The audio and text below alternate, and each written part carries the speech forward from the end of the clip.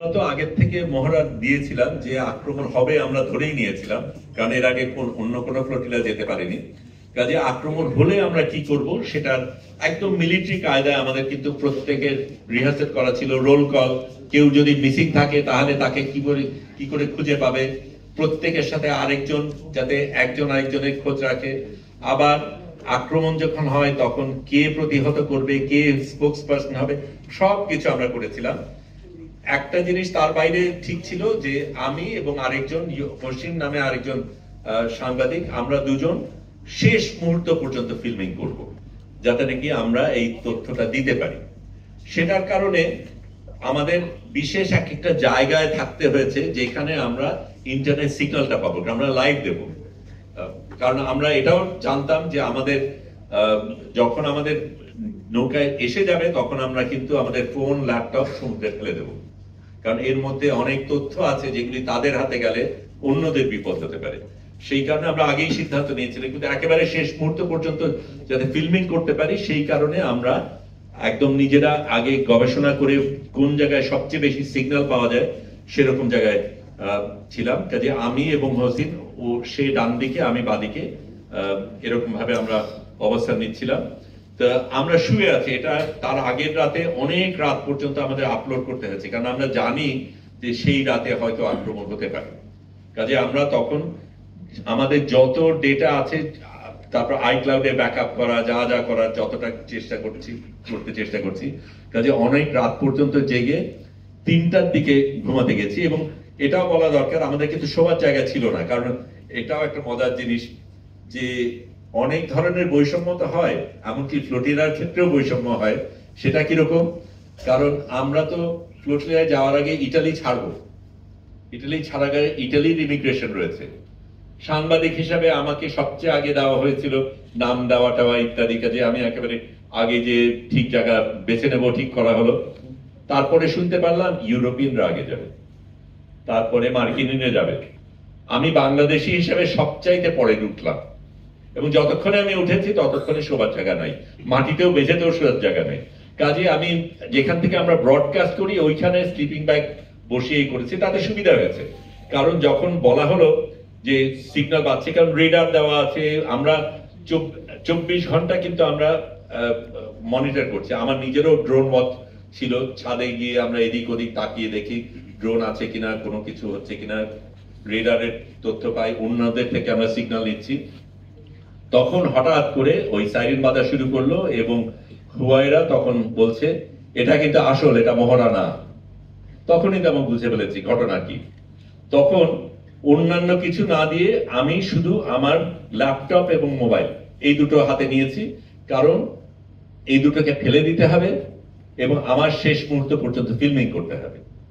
আমি গিয়ে তারপর ততক্ষণ বসছি, ততক্ষণে অন্যান্য জিনিস চলছে, রোল কল চলছে ইত্যাদি। তার মধ্যে আমি ফেসবুক লাইভ করতে চেষ্টা করছি, অনেক ঝামেলা হচ্ছে, কোনোভাবেই সংযোগ হচ্ছে না। তারপরে খানিকটা একটা অংশ পেলাম, কেটে গেল।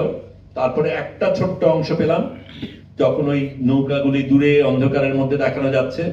তারপরে সেটাও থেমে গেল। আমি বুঝলাম যে ওপরে তখন হেলিকপ্টারের বাতাসের কারণে এটার জন্য আমরা প্রস্তুত ছিলাম না। আমরা কজন আসতে পারে, কিভাবে আসতে পারে, আমাদের জাহাজটা অনেক বড় বলে তল থেকে না এসে হেলিকপ্টার থেকে আসার সম্ভাবনা বেশি, সেটাও আমরা জানতাম। কিন্তু হেলিকপ্টার আসলে এরকম ভাবে বাতাস, পানি, সবকিছুর একটা ঝড় তৈরি হবে, সেটা আমাদের হয়তো হিসাবে ভুল ছিল। তার মধ্যেই কাজ করতে হয়েছে।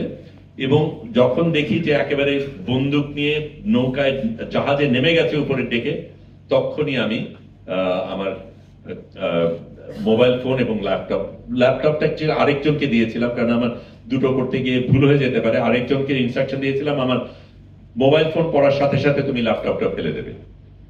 মাত্র 1 সপ্তাহ আগে মোবাইল ফোনটা কেনা, কাজে একটু আফসোস হয়েছিল। যাই হোক, সেটা ভিন্ন কথা।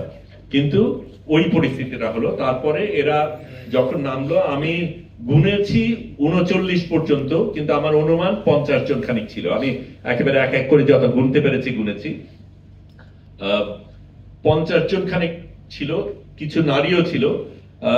পুরুষরা পুরো কমব্যাট গিয়ারে, মেশিন গান, এক একজনের এক এক রকম machine gun, sniper bullet, laser bullet আলাদা ছিল। এবং সেই সময় আমরা দেখি যে আমার উপরে এবং হসিমের উপরে ওই লেজার পড়ছে। কাজে ঠিক মোবাইল ফোন ফেলে দেওয়ার আগের ঘটনা বলছি, লেজার ফোন কিন্তু আমাদের একদম কপালের উপর টার্গেট করা। তাড়াতাড়ি ফেলে দিলাম, তারপরে এটা ভয় দেখানোর জন্য করে কিনা সেটা জানি না, কিন্তু পড়েছে। যাই হোক, ওই জায়গায় ওটা করার পরে পরে আমরা দেখলাম যে যারা মানে পুরুষ যারা ছিল প্রত্যেকের কাছে বিভিন্ন ধরনের মেশিন গান, এক একজনের কাছে সাইলেন্সার আলা, আবার স্নাইপার আলা, প্রত্যেকটার উপরে সাইট আছে।